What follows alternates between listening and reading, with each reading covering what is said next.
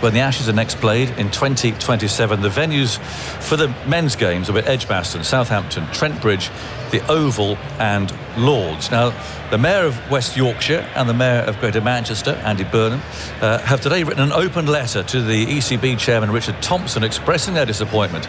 And Andy Burnham is here, and it's very nice to welcome you to it's a great honour. It's a great honour, Jonathan, to be on Test Match Special, as well as ringing the bell for the start of play. I saw that. We'll talk about that in a second. I see that someone snuck one of those Steve Smith crying masks behind you while you're around that, so we can talk about that. But look, first of all, this is a serious point, isn't it? And so why have you two decided to write to the ECB? Well, we're writing in disappointment, not anger. We know that the ECB has to take tests around the country, but just look at this here today. Listen to that atmosphere, which listeners can hear. And Headingley as well. I've got to be fair to the other side of the Pennines and say they do something special over there as well. There should always be an Ashes test, men's Ashes test in the north of England in any series. If we're going to get the game to all parts of the country and really make sure that it's connecting with people everywhere, we've got to have a men's Ashes test in the north. And so it's just we want to open the debate with the ECB. I've had a slightly, I had a little chat in the pavilion. Is there bound to be some here out of it? Yes, there are. But I came here age 11, both of them's Ashes. Those experiences are hugely important, aren't they? And now that cricket has got the attention of younger people again, it's really important to just get the game to all parts of the country, but particularly the north of England. Yeah. Who came up with the scheme of the two of you combining to do this, or was it just kind of a mutual? Yeah, we just kind of exchanged the messages. Have you seen this? Yeah, not great, is it? Should we do something? And we both felt it was naturally right to do it, just because these two tests have brought the Ashes. Well, it was a great series anyway, wasn't it? It was compelling cricket from the start, but Headingley and now Old Trafford has brought the series really to life, hasn't it? Yeah. It just seems a shame. It seems a missed opportunity for the game not to kind of keep building in the north right now. Well, what's interesting is that ICEC report that came out recently, it was very damaging in all sorts of aspects of cricket. But one strong point of it was making cricket more accessible to everybody, and so therefore I guess you would argue this is a rather strange decision in the light of that report. I would argue exactly that, Jonathan. If you were to follow what that report was saying and making sure that cricket has reach across the social classes, across all sections of society, you really do need to bring cricket to the north of England, because I think the one thing you find here, particularly at 2020 games, blast games, or the 100, there's a real diversity in the crowd that's coming to Lancashire these days. I think if we're going to be true to what that report was saying, I think it's tremendously important that the north of England is always in the forefront of the ECB's thinking. Yeah. It's such a difficult one. I mean, I know how hard they've worked at the Ageas Bowl to get an Ashes Test match, and for a long time. Yeah. And how thrilled they are. Well, 3 in the south. It doesn't feel balanced, does it? There's ways of doing it. And let me be honest. There's other tests coming, aren't there? So Sri Lanka, I think, next year, and there's plenty of reasons to be really positive about cricket in the north. It just feels to me that they've just missed a beat with this one. It feels hard to accept that we won't see men's Ashes cricket in the north of England for 8 years? 31, yeah. Well, now the ECB, obviously we approached them and they weren't able to provide a spokesperson, but they have provided a statement and some information. And Stefan Schemmelt, who's written on the subject on the BBC Sport website, can tell us. What do they have to say on this one then, Steph? I just want to say straight away, I live 25 minutes away from the ground, so I think England should play every single test match here. It's incredibly convenient. Look, the ECB are in a tricky situation, aren't they? There are 7 regular test match grounds in this country, 5 Ashes tests in a series. There's always going to be tests at Lords and the Oval, so that means the other... Well, the Oval, as I was explaining earlier, has got a very long staging agreement that is contractually bound. Yeah, and part of the reason that the ECB want to stage 2 test matches or in London or at Lords and the Oval in every Ashes series, London is the biggest city with the biggest population. They're the 2 biggest grounds in the country. It makes commercial sense for Ashes test match to be played at those grounds. Major matches allocated across the country until 2031, as we've touched on things things like maximising attendances, maintaining a geographical spread across England and Wales, and supporting the economic sustainability of all the venues. You'll remember, Aggers, there was a time when there was like a sealed bid process for test matches, and some grounds got themselves into financial trouble. It drove some almost to the wall. Paying over the odds for these games. What's happened in the 2027 series, as you mentioned, where there's no test match at Headingley or Old Trafford, Trent Bridge returns to the rota for the first time since 2015. And when I wrote about this today, I was getting people in Southampton or people in the south tweeting me to say Nottingham's not that far away from Leeds and Manchester, that actually say it takes harder for someone from the south coast, from Southampton or Devon or Cornwall, to get into London to get to these test matches. They're saying you've got your geographical skew slightly wrong there. And the other thing that Michael was talking about before was maybe give the England team a chance to decide where they play their games. They haven't won here for 41 years, an Ashes test, which is another thing. Headingley, they have won their last 2 Ashes test matches. Trent Bridge, that hasn't hosted an Ashes game since 2015, they've won their last 3 test matches there. So those are some of the factors or some of the other, things that you can throw into the mix.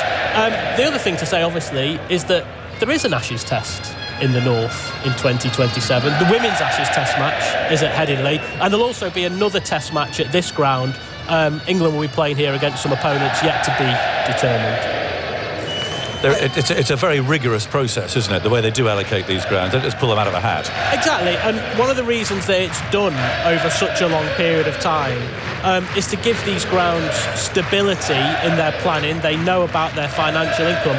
We know, for example, how important it is for Headingley.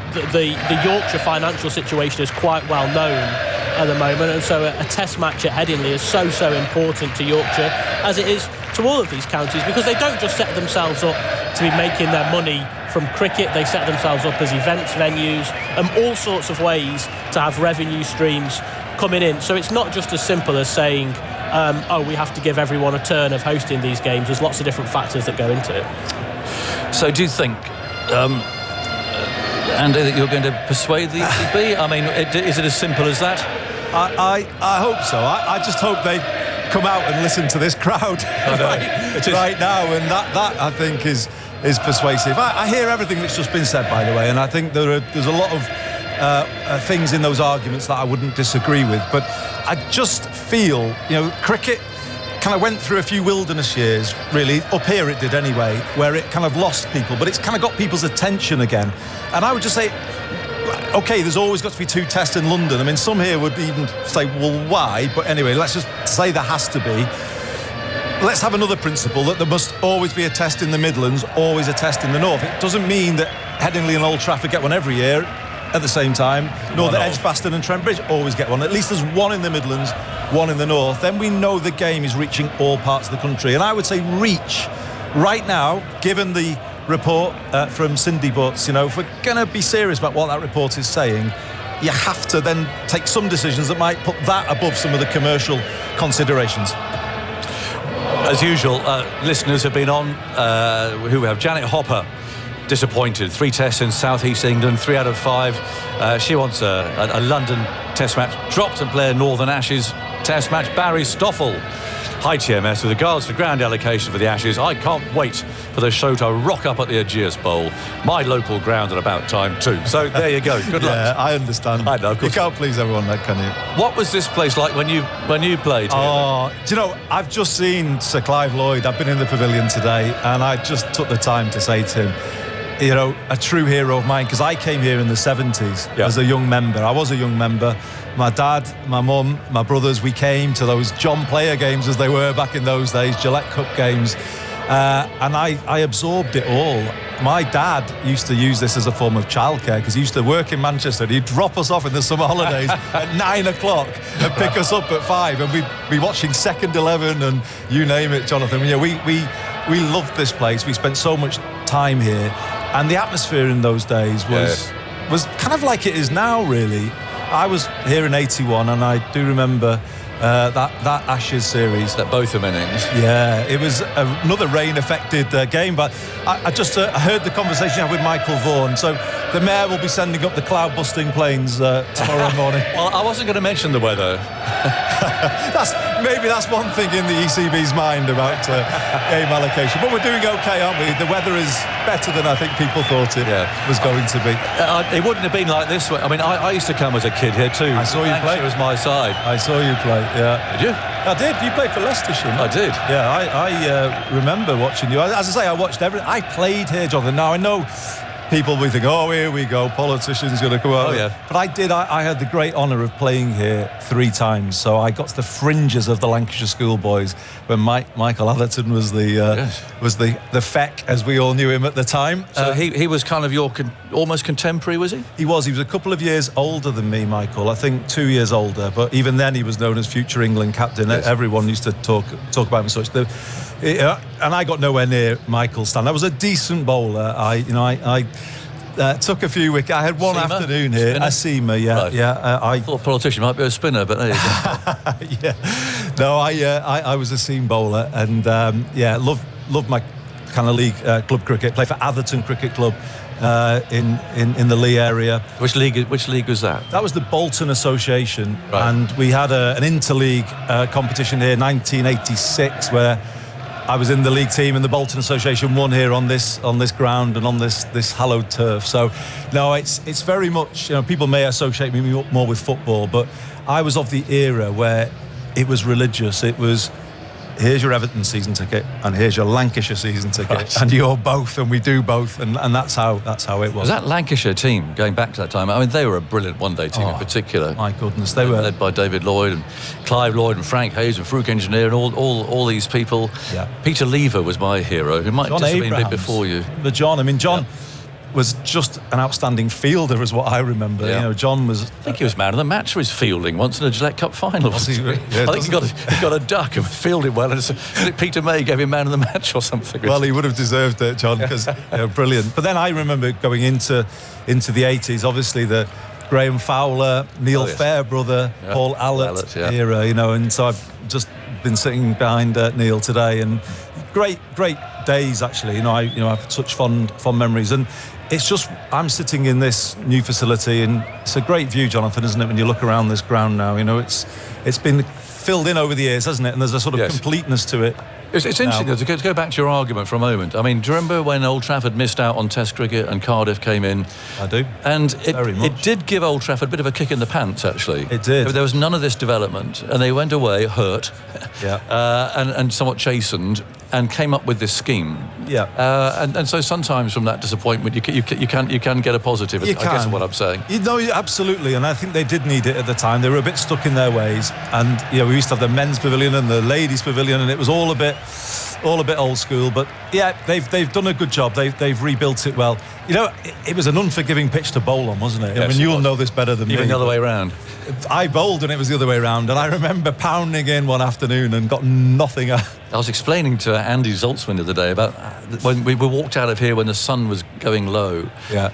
Did you play when you had to sort of run into bowl and you're staring into the sun that was so low coming into there and batting bowling with in it? from that was the Warwick Road end is what it would have been in those days, and I remember pounding in and got absolute. I was used to tracks in the Bolton Association that was sort of like green, and they were on half a hill, and I thought I'm a brilliant bowler. I didn't realise it was because the wickets were helping a little, and then came here and found out I'd reached the limit of my cricketing potential. But this place holds special memories for me. What about this afternoon? Just finally, I'm going to get Jim Maxwell in here to come in and get us underway. Well, I'll leave an expert to give some, but I just thought that last session of cricket was one of the best sessions I think I've ever watched. I could hear the excitement in your voice as well when you were talking about it. But yeah, I think this will decide the Test match, I think.